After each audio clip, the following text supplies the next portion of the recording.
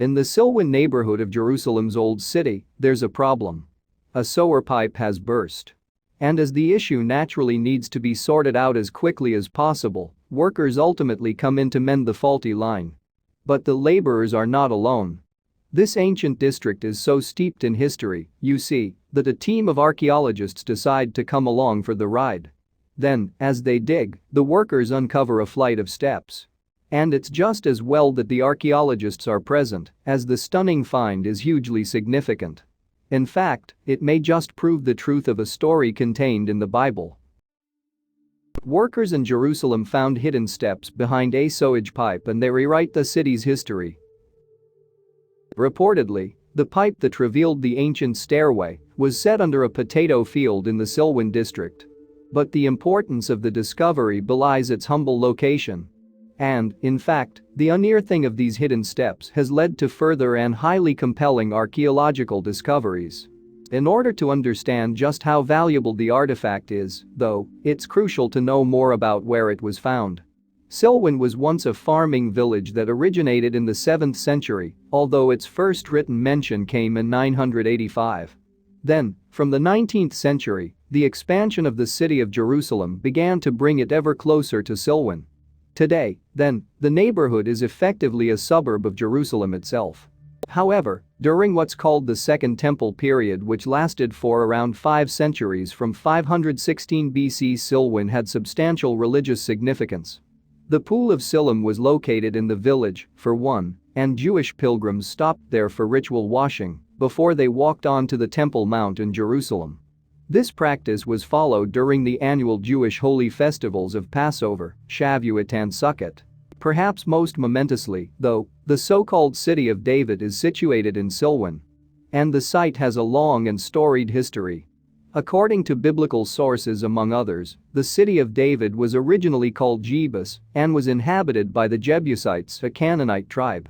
In 1003 BC, though, David, king of the Israelites, is said to have seized the location.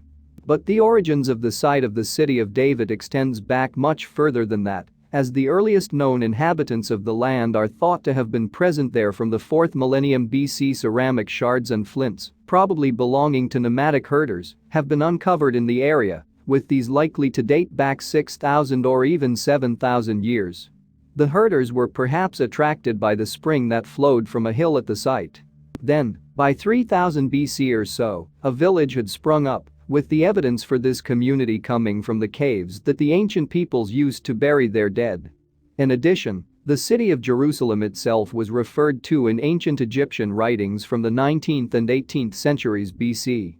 And arrowheads and ceramics from the late Bronze Age provide further proof of settlement at the location.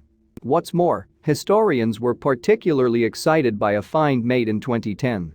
A piece of clay tablet inscribed with writing was unearthed during that year, you see, and it was a significant discovery to boot.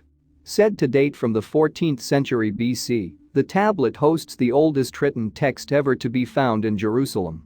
Researchers subsequently deciphered the message as being in the form of a letter from a king of Jerusalem to one of the Egyptian pharaohs. Archaeologists have argued over who precisely occupied the site of Jerusalem before the Israelites seized it and when exactly that happened. A large stone structure, perhaps dating from the 10th century BC, could be part of Israelite Jerusalem's walls, although that is disputed. But, as we've seen, according to the biblical chronology, King David conquered the Jebusites around this time. However, definitive evidence for early Israelite occupation of the site comes in the shape of a cemetery dating from the 9th to the 7th centuries BC. This burial ground, known as the Silwan necropolis, consists of tombs carved into the cliffs. Archaeologists believe that these skillfully crafted tombs would have been the last resting places of powerful and wealthy individuals. So we have archaeological evidence of the Israelites who inhabited modern-day Silwan some 3,000 years ago.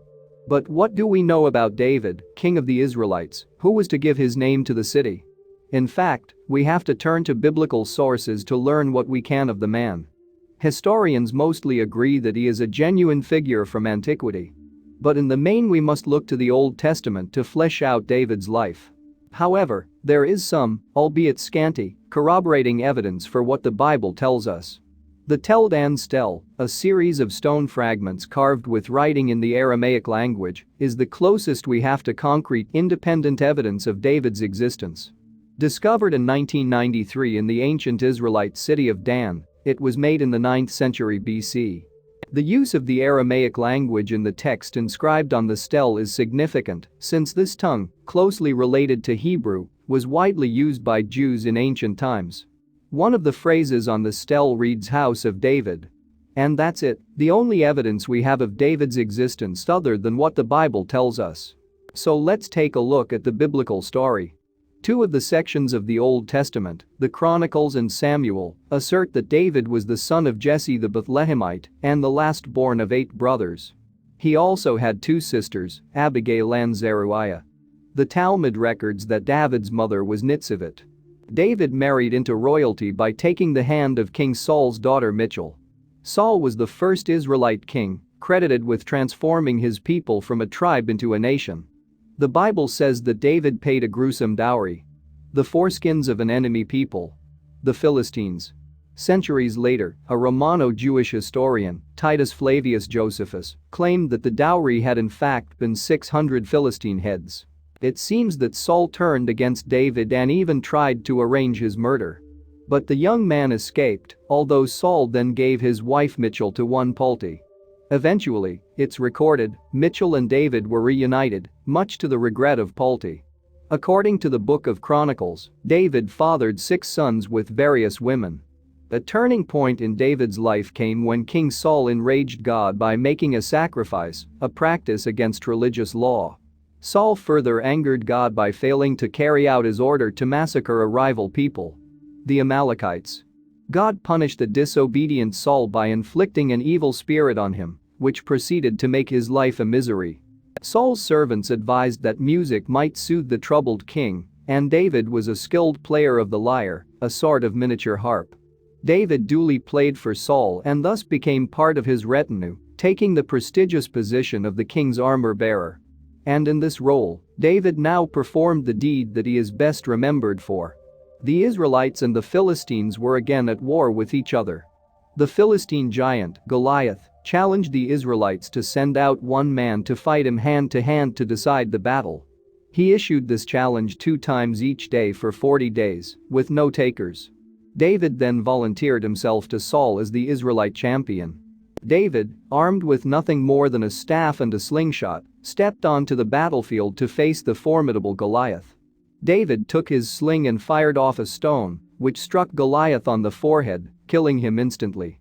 David then decapitated the giant. The Philistines fled, and victory was complete. Saul rewarded David by giving him command of his army.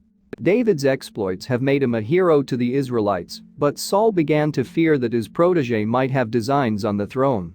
The king decided it was time to get rid of this potential rival, but Saul's son Jonathan informed David of the plotting, and he escaped. Eventually, Saul and David buried the hatchet, and the king recognized David as heir to his throne. After Saul and his 2 sons, Jonathan and Ishbosheth, are all killed in battle, David becomes king of the Israelites. And then, as we saw earlier, he seized Jerusalem from the Jebusites. The city became the Israelites' capital and was now titled the City of David.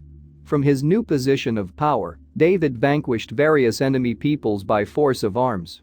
David, it's recorded, ruled for 40 years until he died at the age of 70. So the City of David, or Jerusalem, is imbued with great historic and religious significance, both for Christians and Jews.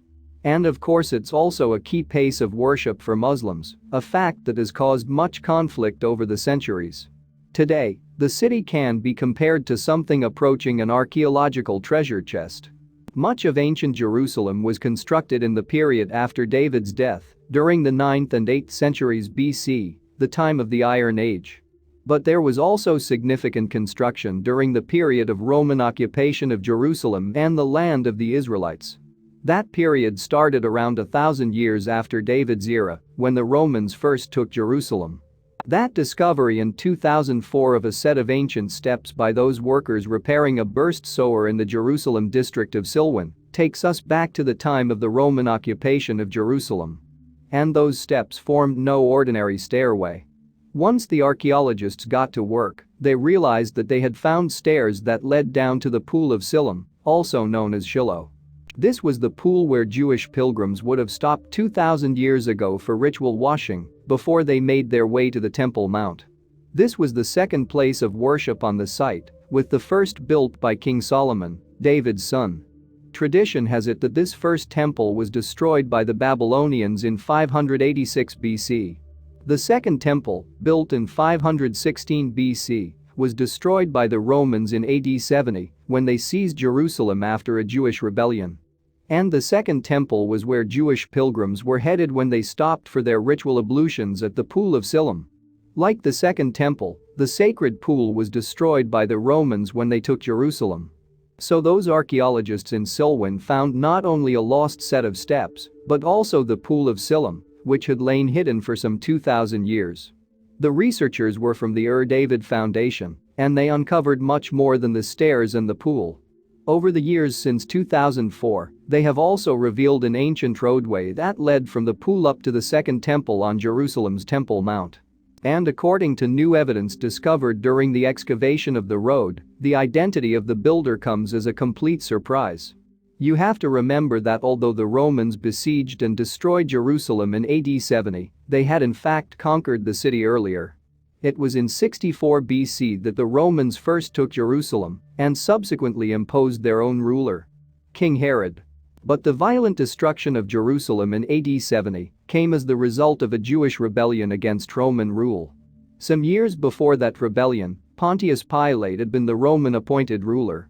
He, of course, was the man who sent Jesus Christ to his death according to the New Testament.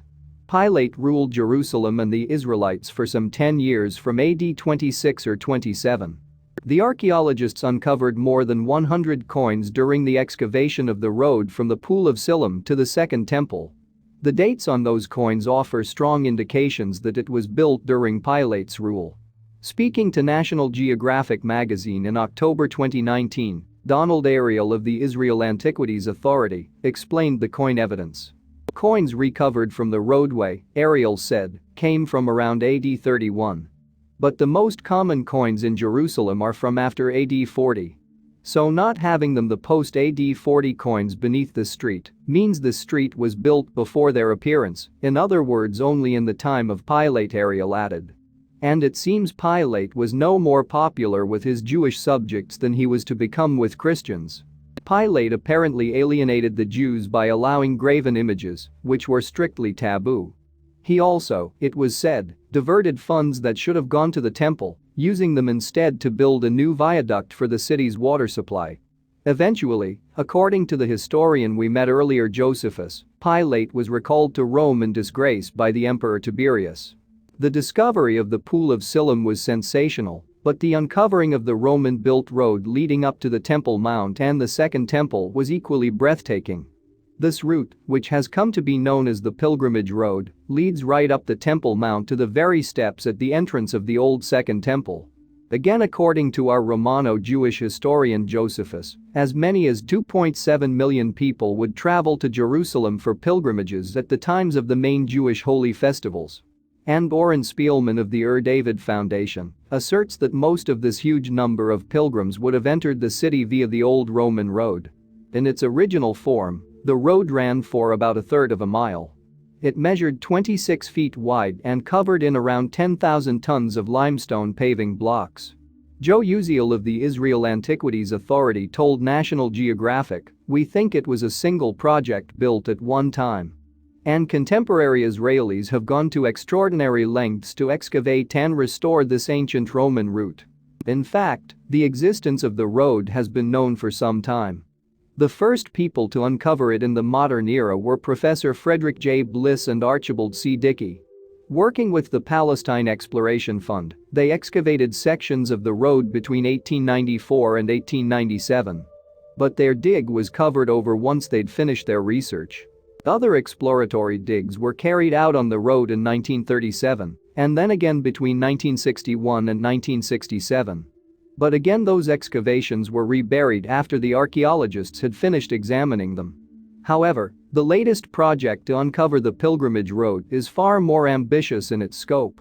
The intention is to create a continuous restored section of the road that visitors will be able to walk along. Because this Roman road was laid down 2,000 years ago, it has been covered by centuries of development so that it is now far below the surface of modern Jerusalem. So the archaeologists have actually tunneled beneath the city to reveal the pilgrimage road. By the summer of 2019, more than 800 feet of the road had been uncovered and restored. There's no doubting the importance of this historic road for many Jews. But there is also a pressing reason why Christian believers are fascinated by this ancient route of pilgrimage. For we can with a reasonable degree of certainty say that Jesus Christ himself must have walked over these limestone slabs. Thanks for watching, and don't forget to like and subscribe.